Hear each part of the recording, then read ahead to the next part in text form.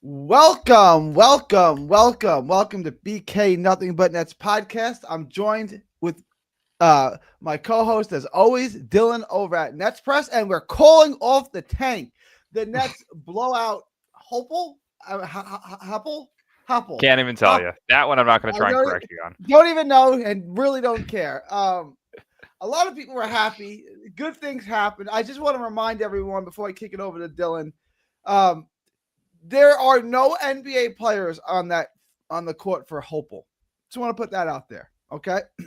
I don't know how this team would do against college. I really hope we're butchering that name. It's so funny.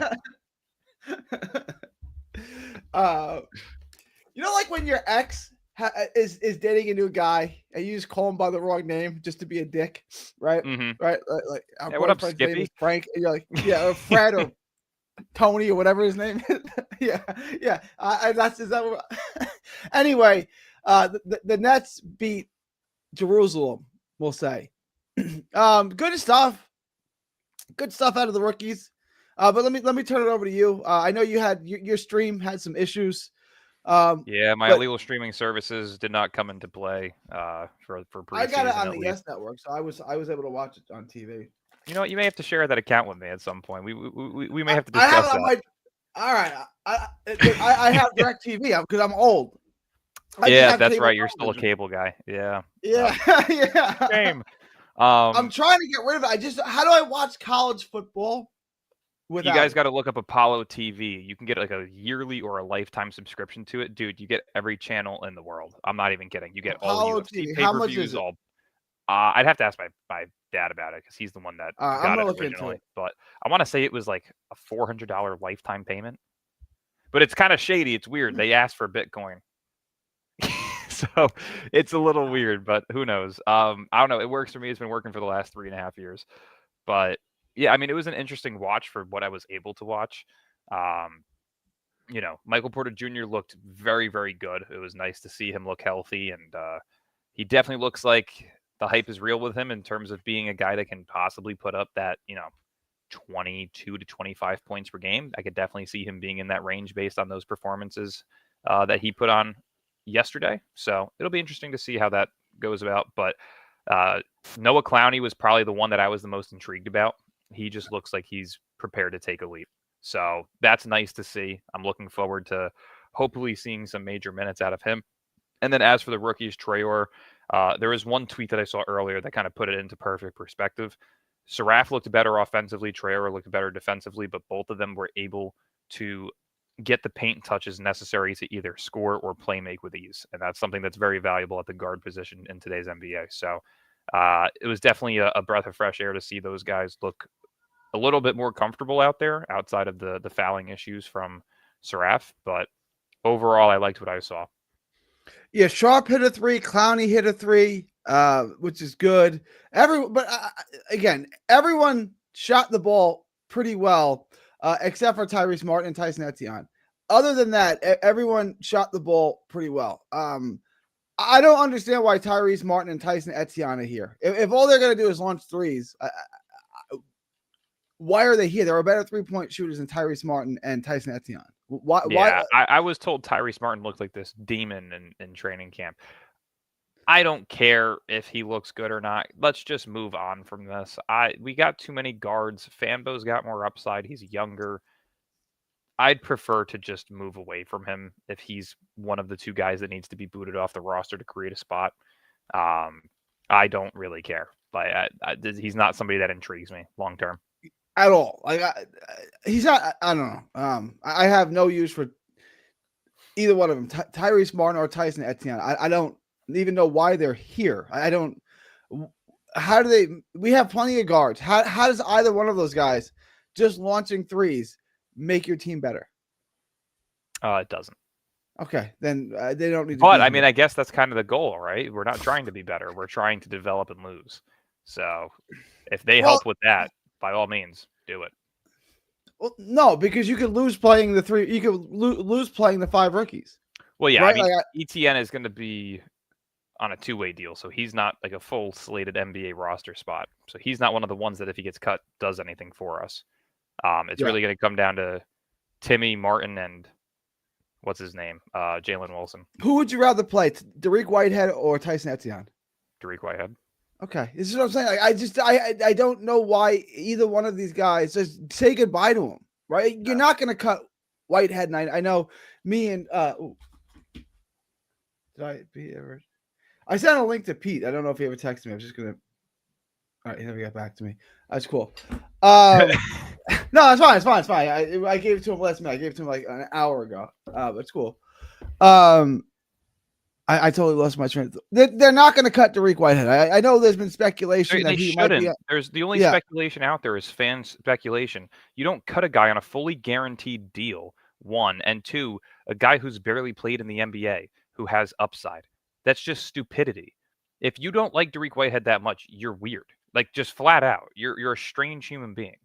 He hasn't done anything to showcase that he's a garbage player. He's showcased things that he doesn't live up to what he was in college, sure. But that's also because he's dealt with injury. Because college, he got hurt a lot. So high school. You know but even in college, he was projected a lottery pick. Yeah. And then he dealt with the injury. So it was like, okay, now he's projected late first round, which was fine. But the whole Dariq Whitehead hate is so beyond forced, it's weird. It's mainly people just being annoyed that he refused to play last year in the NBA and wanted to get back to what his comfortable game was. Like he opted to be in the G League so this way he can progress. That's called maturity. If I'm not ready to do my job, I'm not going to tell my boss to put me out there so I can fail. No, train me, get me better, and then I'll go out there and be successful. Like he did the right thing. Now he's going to come in this year. Hopefully he can get some stellar minutes and prove a lot of people wrong. And if not, guess what? Well, he's on a team option deal. You can opt out and you can free up the money this season. But you don't opt out on a player and release him who's on a fully guaranteed deal. That's stupidity. No, I agree. I would certainly not, especially a guy with upside. Yeah, you keep Whitehead for sure. I've heard people speculate on this. I don't think there's any smoke to that fire. I think it's not at all. Yeah, I think it's. I tell you who we could cut is EJ Little. You can cut him. Yeah, he's another non-guaranteed. You can cut him. No problem there. Yeah, but again, he's not going to be a guy that affects the roster spot because he's on a two-way deal. Only guys who are on standard contracts are going to affect contracts. That. Yeah. So Jalen Wilson, Drew Timme, and what's his name? Jalen Wilson, or Tyrese Martin, Jalen Wilson, and Drew Timme. Those are the only three players that have any form of effect on the roster, and those are the three most likely cut candidates. So you got to cut two of them. Which is I don't have any problem cutting. It's going to be Wilson and Timme, right? That's who they're going to cut. Probably, if it was my decision, it would be Wilson and Martin. But I would too. But I would try to trade Wilson. I mean, could you get a second round pick for Jalen Wilson? Probably not at this point. All right, nothing. Yeah. Maybe if it was earlier in the offseason. Yeah. But with the season becoming closer and closer, and just overall rosters being fully constructed at this point in time, no, nobody's going to pay for anything. Yeah, I guess. All right, I want to get into two things. First, important: Nolan Troy wearing number 88. That's really cool. Nolan Troy playing wide receiver is awesome. I really like number 88. Yeah, I like 88. That's a cool looking number. I may actually get a Troy jersey now just because 88 looks super cool. Shout out to Nolan Troy wearing a wide receiver's number. The Nets have never had a guy to wear 88 before, right? So this will be the first one. This will be the first. So he's setting the bar very low for anybody moving in, unless of course he looks very good, which there could be that high chance. So I'm going to wait a few games and make sure he doesn't completely suck. But if he doesn't completely suck, I'm ordering an 88 Troy jersey for sure. No, I mean, listen, I'm going to give these guys a full 2 years. Like, I'm going to be critical on some things, but I'm not going to be over the top like I am with Cam Thomas over the past 2 years. Like, Cam Thomas is heading into year 5. If you have a game where you're playing 26 minutes and you have one assist, we need to have a conversation. But if these guys don't look their best, I'm here to watch them develop, and I'm also here to watch my team get the highest draft pick possible. So go out there and suck, fellas, but just try and get better every game. Cam Thomas had 40 cents last night. Had 4 times. Yeah, he did. 4 assists, and the playmaking aspect actually looked solid too. I wouldn't mind seeing Michael Porter Jr. be the primary scorer with Thomas being the secondary scorer, but also the secondary playmaker. Like, I think that's a good role for him. If he can be somebody who takes smart shots and doesn't force up shots, but is also looking to get that open man, then I think that he could 100% earn himself a contract. Even if he's only averaging 21 points on better efficiency and, say he's getting up to that like 4.5 to 5.5 assist mark, I think that's a great range for him. Porter Jr. also. So in 34 total minutes, Cam Thomas and Michael Porter combined for 8 assists. That's how you know this game wasn't serious. Yeah, that is very much I need to see some NBA comp.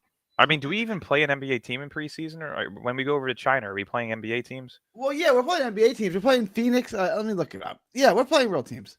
Yeah, I didn't know if we were doing like an entire international tour where we're not playing NBA talent, but okay, I had to make sure because I didn't check the preseason schedule, or I haven't looked at it in a while. So we're playing the Suns twice.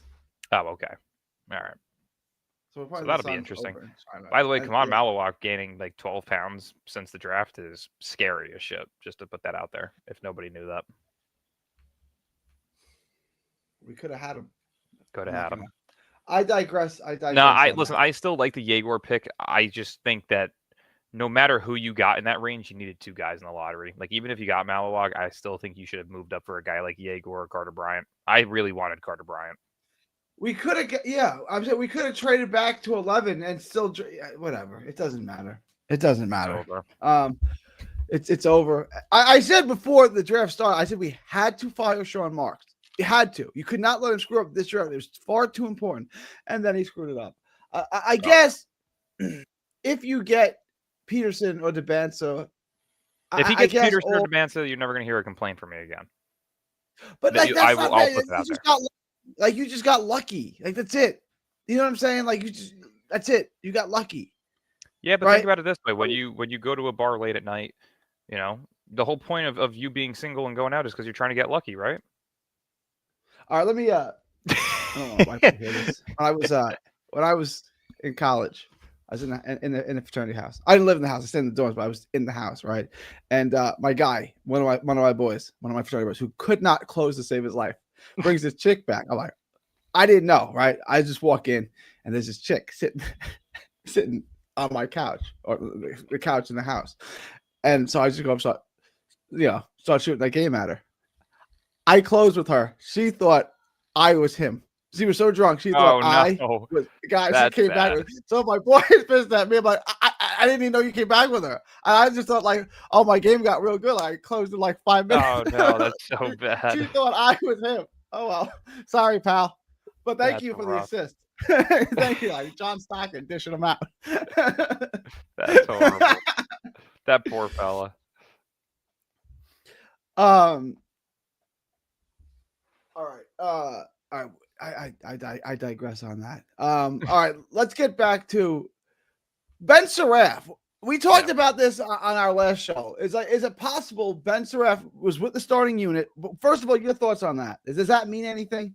No, not at all. I think that was more so just he was playing, he's playing his home country team. Yeah, kind of give the fans a little bit of something. Brooklyn is a very Jewish populated area, so kind of give the fans a little something to be excited about for the first game. I think that's really what that had to do with primarily. I don't think you're going to see any form of starting role from Saraf this season unless if, Jaguar and Traore are both injured. But, I definitely think that that's still Jaguar's spot to lose as of right now. Of course, with the injury that he's dealing with, there is no confirmation as of yet whether or not he will be ready for the start of the season, which is in 2.5 weeks. So it'll be interesting to see if he is. If not, then maybe you see Saraf out there just because he's already building up some chemistry. But to me, I don't think that he should be starting just yet. I wanted to ask you about this. So we're playing a team called Jerusalem. And in their starting lineup, they have guys named Anthony Lamb, Austin Wiley, Kadeem Carrington. These do not sound like Israeli names to me. What says you? I honestly had no clue. I mean, I'm going to be honest. I don't keep up with. I'm not even going to. I didn't even look at a person's name on the other team last night, so I couldn't tell you. Kadeem Carrington went to Seton Hall. I knew that name. He went to Seton Hall. Oh, okay. Yeah, I have no clue. I mean, you would think the Jerusalem national team would be made up of Jerusalem natives, but I don't know. Maybe they just got different names. Who knows? I guess there's just Americans. Like I thought you had to have like a certain amount of people from your own country on your team. Austin Wiley went to Auburn. I don't know. I guess you could just have anybody on your team. I guess it doesn't necessarily matter where they're from to be on the Israeli national team. I guess you don't have to be Israeli national, which is what I yeah. All right, I digress on that too. So Raph with the starting line, you didn't put too much. Now, let me ask you, what do you think it's a Raph? I understand we're playing the Israeli national team. I get it, but other than that, what did you think it's a Raph? And I'm going to bring back the question: is it possible, or is it likely? Is it likely that Saraf doesn't suck? Again, I'm not going to make any form of assumptions on some of these guys unless one of them just takes off and you can clearly see they're going to be something special in the league. But he definitely looked much more improved than what he did in the summer league. Even physically, he just looked a bit more comfortable with the surrounding that he was in. He handled the ball much better as well. Again, the biggest issue was his fouling. I think he finished with 9.6 assists last night. That's pretty impressive for a guy who, we were kind of saying may not even make it to his second contract in the league. So it was definitely a nice visual to see some form of improvement in the last 2 months of his game. I wanted to all right. There's really not much. I mean, look, the Israeli national team shot 36% and 20% from three. The Nets shot 58% and 44% from three, 45% from three. It was such a mismatch. I mean, I'm trying to have a conversation about the game, but you also have to take all of this with a grain of salt. Like, what does it all mean? I mean, everybody had a great game. That just tells me the team you played was really bad. Is there anything that we can take away from this game? I mean, what would you take away, good, positive, or indifferent? Good, bad, or indifferent on this game? I mean, I would say the improvement mainly is between playing in Summer League versus playing in an international team. I would say it's actually a bit more difficult to play an international team just based on the fact that, you're playing guys who have played together for a very long time. There's a bit more chemistry with them. They're a bit more mature as well. Of course, there's teams like Washington this past year in the Summer League who had Alex Sarr, Bob Carrington, guys like that still playing for them. But, most of the time in the Summer League, you're going to see a lot of younger talent. So I think that the maturity level of us playing against a national team is a bit more difficult. So overall, I think it's a good sign. Do I think it's going to translate when we play NBA teams in the regular season? No. But I also don't think you're going to see guys look completely horrible consistently, at least. I think you'll definitely see some improvements throughout the season from a couple of guys. The other thing I wanted to give a shout out to Zaire Williams. Zaire Williams plays all out all the time. Could you imagine you're Israel? You're completely out, man. You're getting blown out, and Zaire Williams is all over you, hounding you like it's Game 7 of the championship. Like we've all played pickup ball or recreationally in the league, where it's like that guy who just goes all out on every play defensively. Like, get off of me, get away from me, get off of me. I can't get a shot off. I can't do anything. That's Zaire Williams in a preseason game against Jerusalem. Shout out Zaire Williams. I love the intensity. So I just wanted to shout out Zaire Williams. Yeah, no, I mean, Zaire looked good again too. Like I said, the one that really impressed me the most was Michael Porter Jr. I think that he physically looks a little bit more built. You can definitely see he's taking his workouts seriously, and he was also just very efficient. I mean, again, even if it's against mediocre, competition, this is still guys who are in your face guarding you the entire time. So it was good to see him look healthy and have a nice little burst to his game that we really didn't see much of in Denver. I wanted to talk about that. Here's a little bit of a concern of mine. Cam Thomas and Michael Porter Jr. playing together. Cam Thomas is playing to get the hell out of here. He's playing for a contract. He's playing for his future. Michael Porter Jr. is the first time in his career where he is the option. He's going to want to prove that he belongs as the guy. Cam Thomas is going to want to prove that he is worth to be traded, to get out of here, to guarantee money next year, right? Cam Thomas is playing for a lot this year. Not to cut you off, I just want to throw this out here. How are you going to join in here and say that we're not talking about somebody? We already talked about him. Get out of here. Be nice. Who said? I wasn't reading the chat. What happened? BRNDX, whatever that means. We already talked about Clowney, man. You got to just go back. Yeah, it was the first thing we talked about. Yeah, we talked about Clowney. See, when people say SMH, I know you're not actually sitting at your computer or are looking at your phone, whatever you're doing, shaking your head. It's like when people say rolling on the floor laughing, ROFL. It's like you're not actually rolling on the floor laughing. So why are you misrepresenting yourself? Right? You're not doing that. No, not at all. When I type LMAO, I'm sitting there staring at the screen with a straight face. You know, like I'm not actually laughing. Thomas and Porter. This to me could become an issue. They may win a bunch of games, but more importantly, take all the shots, which means that everyone else isn't taking the shots. And this was my problem with bringing Cam Thomas back. Cam Thomas, I don't want to say he's not a team player, but what Cam Thomas does is take all the shots. And now we're going to have him taking all the shots and not having the rookies take the shots. And if Cam Thomas and Michael Porter play well, they're going to win games. To me, this is problematic, the two of them. I'm not blaming them. They're going to do the best that they can. But you get my point. Porter is trying to prove that he belongs as the man, and Cam Thomas wants to get the hell out of here, so he's going to be determined to play the best that he can. I mean, listen, hopefully Michael Porter Jr. takes the ball away from him. Lower his value and don't let them win games for us. Who cares? But if they both have usage percentages in the 30s, how does that develop anybody else? You know what I'm saying? Yeah, no, I mean, I hear you. I don't think it's going to be as bad as we think it's going to be, but in terms of at least the movement of the ball, but it'll be interesting for sure. I was impressed with Porter Jr. I was impressed with Clowney. I was impressed with Cam Thomas. Cam Thomas came out there. He played well. He handled the ball. He didn't look like he was pouting. He didn't look like he was upset. Didn't look like he was on silent protest. I thought Cam Thomas went out there and did what Cam Thomas does. So no complaints there. I know that you don't like Cam Thomas anymore, and that's understandable. But he gave full effort yesterday. Would you agree? He didn't look like a pouting baby. No, he didn't. The other guys, Terrence Mann shot the hell out of the ball. What were your thoughts on Terrence Mann? Raise that value, baby. Let's get you out of here quick.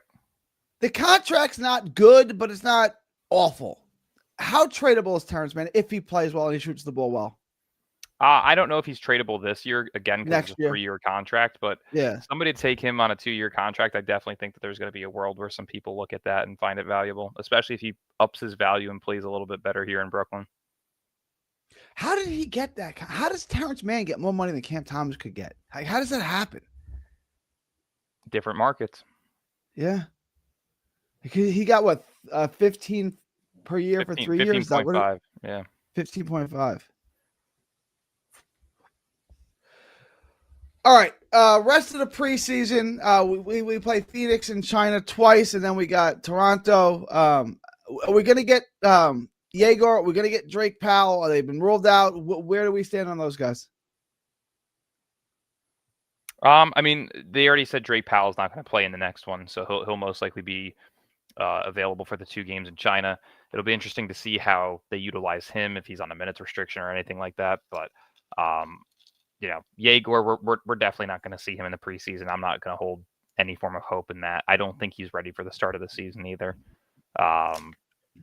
So who knows? I definitely want to see some major Fanbo minutes. I want to see more minutes between, I want to see that Saraf with Michael Porter Jr. connection as well as Danny Wolf in there at the same time. I think that would be interesting. Maybe if there was a rotation that consisted of Saraf, Mann, MPJ, Clowney, and Wolf, I think that would definitely be interesting to see that 5-man rotation out there. A lot of different skills out there all at once. So who knows? I would definitely like to see them switch it up a little bit though and mix and match some lineups. What was your takeaway? I mean, any positive surprise? What did you take away? You were pleasantly surprised by Saraf? Saraf and Clowney? Yeah, I would definitely say. I mean, listen. Like I said all along, I will never cheer against somebody that we draft.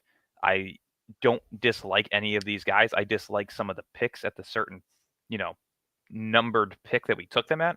And I also don't like the guy taking the players, meaning Sean Marks. But overall, I was pleasantly surprised to see what Seraph was able to do out there, which was a nice, kind of change of pace of how I usually watch Nets games, and unfortunately dislike a lot of things that are going on. But no, Seraph definitely seemed to play at his own pace. He looked comfortable out there. The overall offensive ability looked a little bit better. Even the shot mechanics actually look slightly more improved from when it was over in the summer league. He doesn't look like he's very stiff anymore. It looks more fluid. So, hopefully he continues to progress, because again, it's very difficult for a guy who is 6'6" and above at the point guard position to really not be successful in the NBA. Like if you look at the history of guys who are 6'6" and above at the point guard position in the NBA, there's not many in the past 10 years who haven't not been solid. Even if it means that they're just rotational pieces on a contending team, most of the time they still pan out to be pretty well. So I'm hoping that sticks with some of the picks that we had. I'm just looking at this now. Seraph had 6 assists in 18 minutes. I didn't realize that. Yeah. That's a nice little stat line there. And then the question that's on everyone wants: who gets to 2 wins first? 2 wins, the Nets or the Jets? I'm gonna have to say the Jets. You want me to give you the Jets schedule? The Nets win 2 games before the Jets do. You might not be wrong. I don't really know. I'll give you the Jets schedule real quick. You pull up the Jets schedule. I'll pull up the Nets first. Let's see. For the month of October 22nd up until, let's just say, November 2nd. So 10 days worth of games. You guys should play probably twice in that range. Let's see if we got 3, 12th, the 19th, and the 26th. So October 22nd up until November 2nd. Give me your games in that range. Who are you playing? Denver in London. Loss. At home for Carolina. You guys win. That's 1. I said 2. All then right. This is the kicker here, because then you got to buy after this. Jets at Bengals. Win.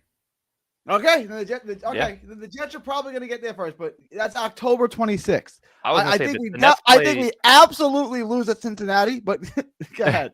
I don't think so at all. Joe Burrow's done for the year. Their defense is dog shit. I mean, I'm a Steelers. The Jets have the worst defense in football. That's why they don't have Joe Burrow to be lost for the season. Are they worse than the Dolphins' defense? Seriously? Yes. How? Technically, Baltimore has let up less points, but the Jets are the next worst. Jesus Christ. Yeah, I mean, the Nets are playing the Hornets, Cavs. 32 points a game or something. From October 22nd until November 2nd, the Nets play the Hornets, the Cavs, the Spurs, the Rockets, the Hawks, and the Sixers. To me, the only winnable game, and it's 50-50, is the Hornets, and it's all going to come down to whether or not Jaeger plays or not. And if he's not playing, I don't think they win that. So we should start the season. I mean, even after that, you have Minnesota. You could genuinely start the season off 0-7. So if they start off 0-7, because then we play the Pacers, and the Pacers, of course, without Halliburton, no more Miles Turner. I definitely think it's going to be an adjustment period for them. I do think Andrew Nemhard's winning Most Improved Player. He's my pick for this year. But that's a 50-50 game. So realistically, out of, let's see, 1, 2, 3, 4, 5, 6, 7, 8, 9, 10. The other 2 games to make it 10 is the Pistons for an NBA Cup game, and then the Knicks. Realistically, the Nets should start off the season 1-9. And where does that put us at? What's the date on that? The Knicks game is November 9th. So that's the same day the Jets. That's my prediction. The Jets beat the Browns. They beat the Panthers at home and the Browns at home. So they get their second win on November you guys are losing 9th. to the Browns. At home? The Browns? Yeah, you guys are getting slaughtered. They have the best defense in football right now. You guys may not even put up 10 points. Then the next week we got the Patriots and then the Ravens. Like, we have a chance to get a win here somewhere. I mean, I guess the Ravens depends if Lamar Jackson's playing. A win is crazy. We have a chance for a win. Worst team in football. We're just setting the bar real low for this one. All right. Yeah, I mean, listen. Realistically, the Nets should be 1-9, at best 2-8. Like, that's being realistic. Like the games you should definitely lose is Cleveland, Houston, Atlanta. I would say Philly, Minnesota. That's what, 5 already, and then the Pistons and Knicks. Those should be guaranteed losses. That's 7 losses. The only You ones know that are that 50-50 are the Hornets, the Spurs, and the Pacers. And the only reason I even put the Spurs in there is because De'Aaron Fox is out for the start of the season. I would not put the Spurs. They ain't beating the Spurs. I still don't think we're going to beat the Spurs. No. I agree.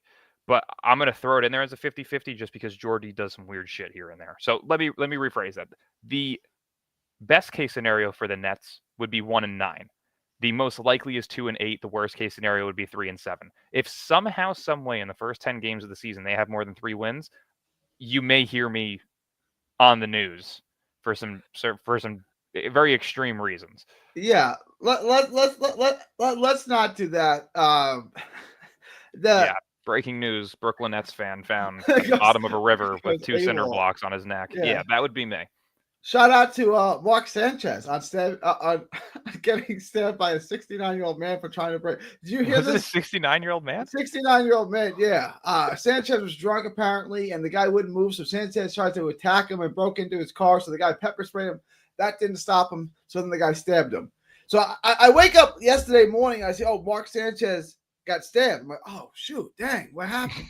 And then, like 2 hours later, you get an update. Mark Sanchez is improving, and he's been arrested.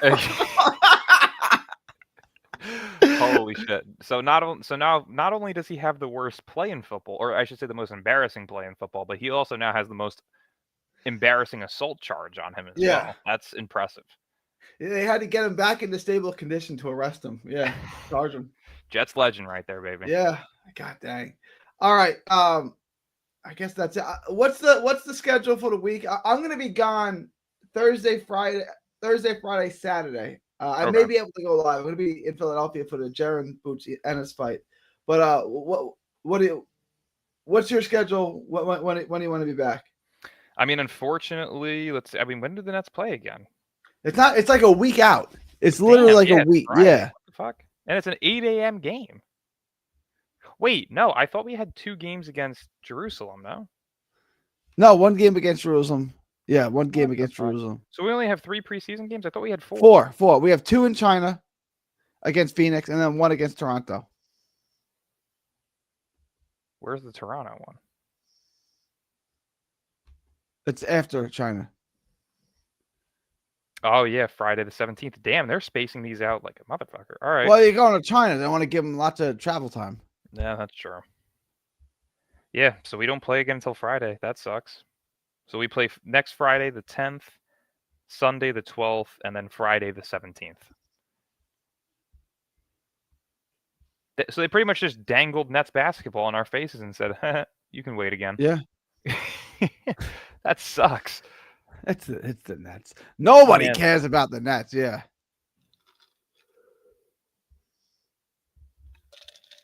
We'll be in contact. We will. Yeah, let's shoot for. I mean, listen, I got to check my work schedule, but maybe if we can try and get live for the Friday night game.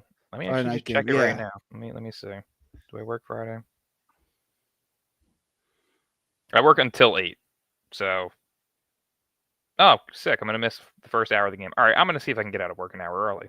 So yeah, just get out of work an hour early. They won't know. They won't know. Yeah, they'll have no idea. Yeah. All right, man. Well, yeah, we'll figure it out. All right, be good. Yeah. All right, y'all. It's October 5th, 2025, from Texas to the world. Thank y'all, and God bless. Later.